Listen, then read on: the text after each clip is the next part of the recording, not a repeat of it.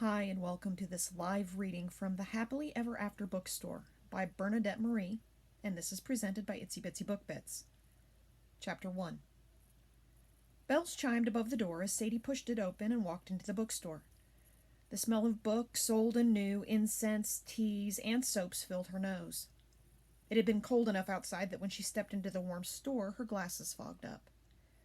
Slipping them off, she wiped them with the ends of her scarf and put them back on.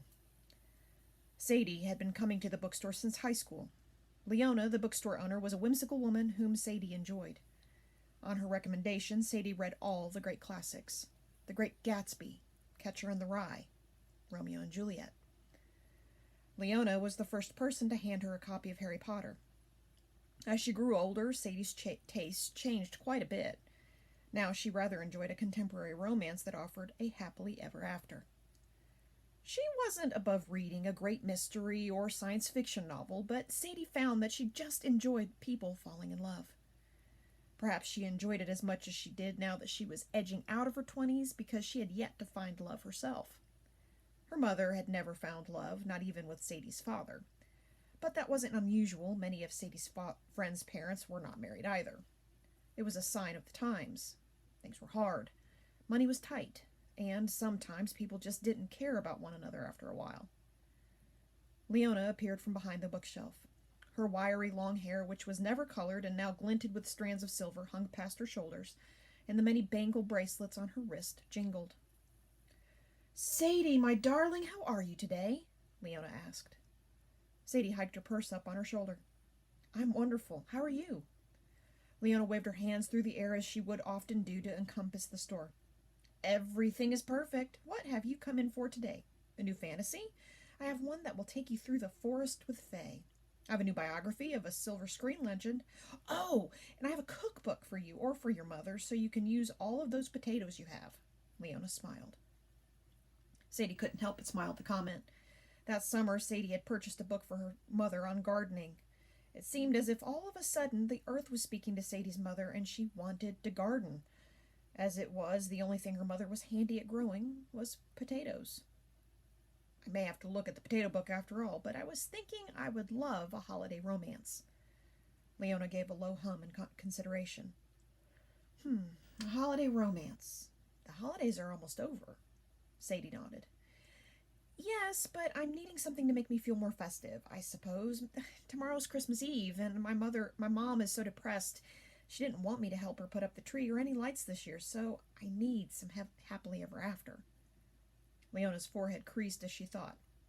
"Go back to the romance section. Let me check my computer," she said, lifting her brows in encouragement as the front door chimed again. Sadie walked to the section on romance, which she was more than familiar with. Leona had shelves of new books and used books. Some of them Sadie had already read and brought back for store credit, but she looked at the spine of each book and knew buried in the pages were love stories which brought her hope.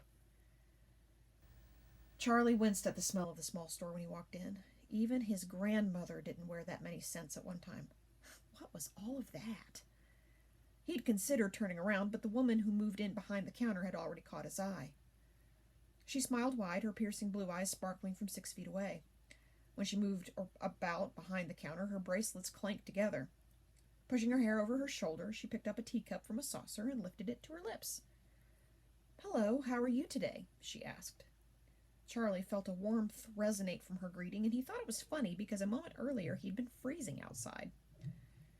"Good, thanks." He pulled off his gloves and continued to walk into the store. "Are you looking for anything specific?" the woman asked. Charlie pulled off his hat and assumed his hair had sprung up when the woman's eyes lifted. I suppose I am. I'm looking for a book about some old movie star that just came out. I don't know. The cover is white and the image is in black and white." The woman smiled wide. "I know exactly which one you're looking for. It's 3 shelves over and facing out. You can't miss it." Charlie nodded, tucking his cap and gloves into the pocket of his coat. He walked toward the section where the woman had directed him. A woman bundled in a coat and scarf looked at the shelves on the adjacent wall. Eventually, they were nearly back to back, each searching for books. The woman had been right. When he saw the book, he knew it right away. Charlie took it from the shelf and stepped back just as the woman behind him did the same. The woman stumbled one way, dropping her book. He stumbled the other direction, dropping his. I'm so sorry, the woman said as she scrambled to pick up both books. As she rose, the book he'd come for in her hand, Charlie blinked hard.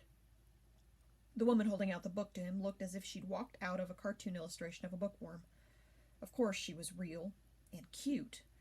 Big round glasses accentuated large dark eyes. There were freckles on her nose, and her curly hair was piled atop her head in a very messy bun. Charlie wasn't sure why he couldn't even speak. "Vivian Lee?"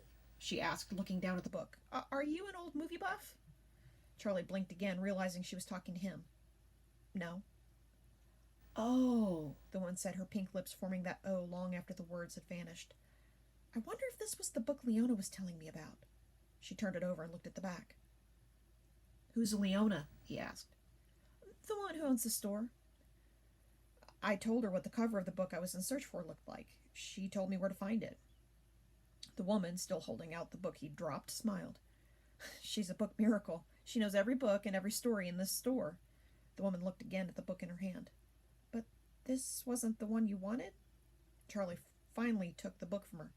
"No, well, yes, it was. It's not for me. It's for my grandmother. She has Alzheimer's. She doesn't remember any of us, but she remembers these people," he said, looking at the cover of the book and then wondering why he'd shared that much information. "I think she'll enjoy it then."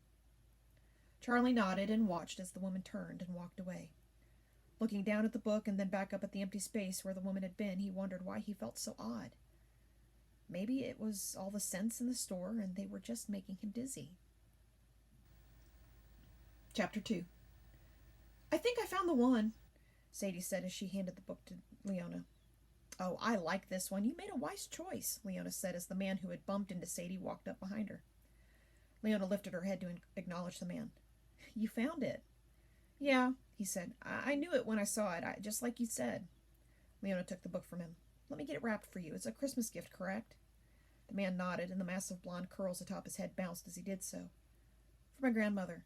Leona picked up Sadie's book as well. "Let me wrap these up for you both, and we'll get you on your way." Leona carried the books to a counter behind the cash register and turned her back to them. The man leaned closer to Sadie. "She's really wrapping them?" Sadie nodded.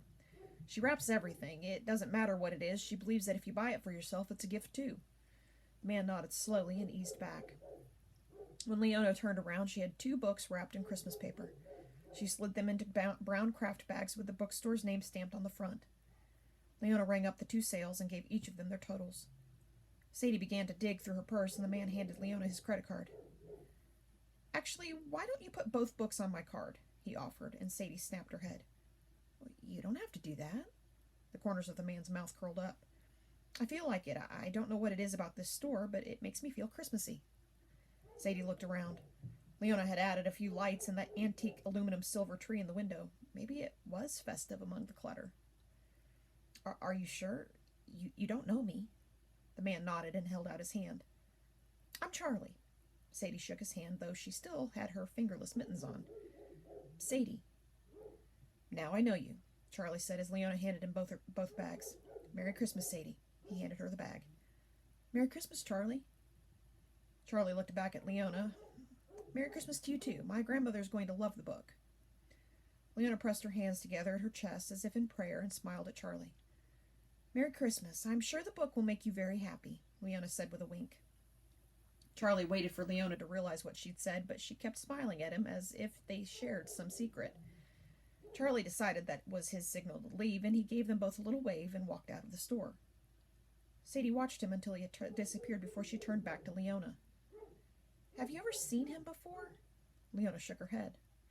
"No, he's a new soul in my store. He's very kind and loves his family." Sadie narrowed her eyes on Leona. "How do you know that?" Leona raised her finger and her bangles jingled. "I talked to him about his grandmother, whom he's very fond of, and you can see his kind heart. It comes through in his eyes. He'll be a good friend to have. He's a little sad. I'm going to assume that has something to do with his grandmother." Nodding, Sadie lifted her purse onto her shoulder again. "He said his grandmother has Alzheimer's and only remembers the actresses in the old movies." Placing her hands flat on the counter, Leona drew in a deep breath. "See, he will be a kind and good friend." Smiling, Sadie picked up her bag with the gifted book. Leona always made her feel happy, but Sadie often wondered how much of what Leona said was just a sales tactic. It didn't matter. Sadie would always be back in the bookstore buying books or gifts. The energy in the store was a happy one, and Sadie could regularly use that shot of positivity. Charlie walked the 12 blocks from the Happily Ever After bookstore to his grandmother's care facility. He wasn't sure if he'd get to see her on Christmas Eve or Christmas. He wasn't even sure she knew it was Christmas. As he pulled open the door to walk inside, he held his breath. The scent always made him a little nauseous. Immediately, his thoughts went back to the bookstore and the mix of scents he'd walked into there. He'd take that blast of the senses over this one any day. "Hey, Charlie," the nurse at the station said as he walked in. "Here to see your grandma?" Charlie nodded. "I am." "Your dad came by a while ago, poked his head in and went back out," she said on a disappointed sigh. "He struggles with it." "I know. Did you bring her something?" Charlie looked down at the bag in his hand. "I did. She talked about a book about an actress the last time I was here. She didn't talk to me about it as much as she was placing an order for it." The nurse nodded her understanding. "They'll do that. Anyway, I told the woman at the store what I was looking for, and here it is. She might not understand why I brought it, but she'll have it." "You're a good grandson," the nurse said before she took a call. Charlie walked down the hall to his grandmother's room. His grandmother sat in the recliner next to her bed. Her silver hair had been combed, and someone had brought her a small plant that had Christmas decorations on it. She hadn't seen him walk in because she was watching the lights twinkle on the plant. "Hey, Grandma," Charlie said softly as to not startle her. Her crystal blue eyes, which were always clear, shifted to look at him, but she didn't speak. I brought you a gift. You'd mentioned that there was a book you would like," he said, pulling the wrapped book from the bag he carried. "You had explained it to me, and the woman at the store knew exactly which book it was." Charlie handed her the book and noticed that her fingernails had been polished too. He was grateful to whoever had taken such good care of her to make sure she looked pretty and had nice things. His grandmother took the wrapped book, studied it, and held it to her chest as if she already cherished it. "You can pull off the paper," he said. His grandmother studied the gift again, then gingerly and slowly began to tear the wrapping off. Charlie took off his commuter bag and set it on the floor before pulling off his hat and gloves, tucking them into his coat pocket. He shrugged out of his coat and draped it over the foot of her bed. Sitting down on the edge of the bed, he watched as his grandmother took her time unwrapping the book. Eventually, the paper was removed. Charlie's grandmother ran her fingers over the cover, and a smile came to her lips. When she lifted it to her chest to hold it close, Charlie noticed the front cover. "Romancing Christmas," the title said. The woman at the bookstore had mixed up the books.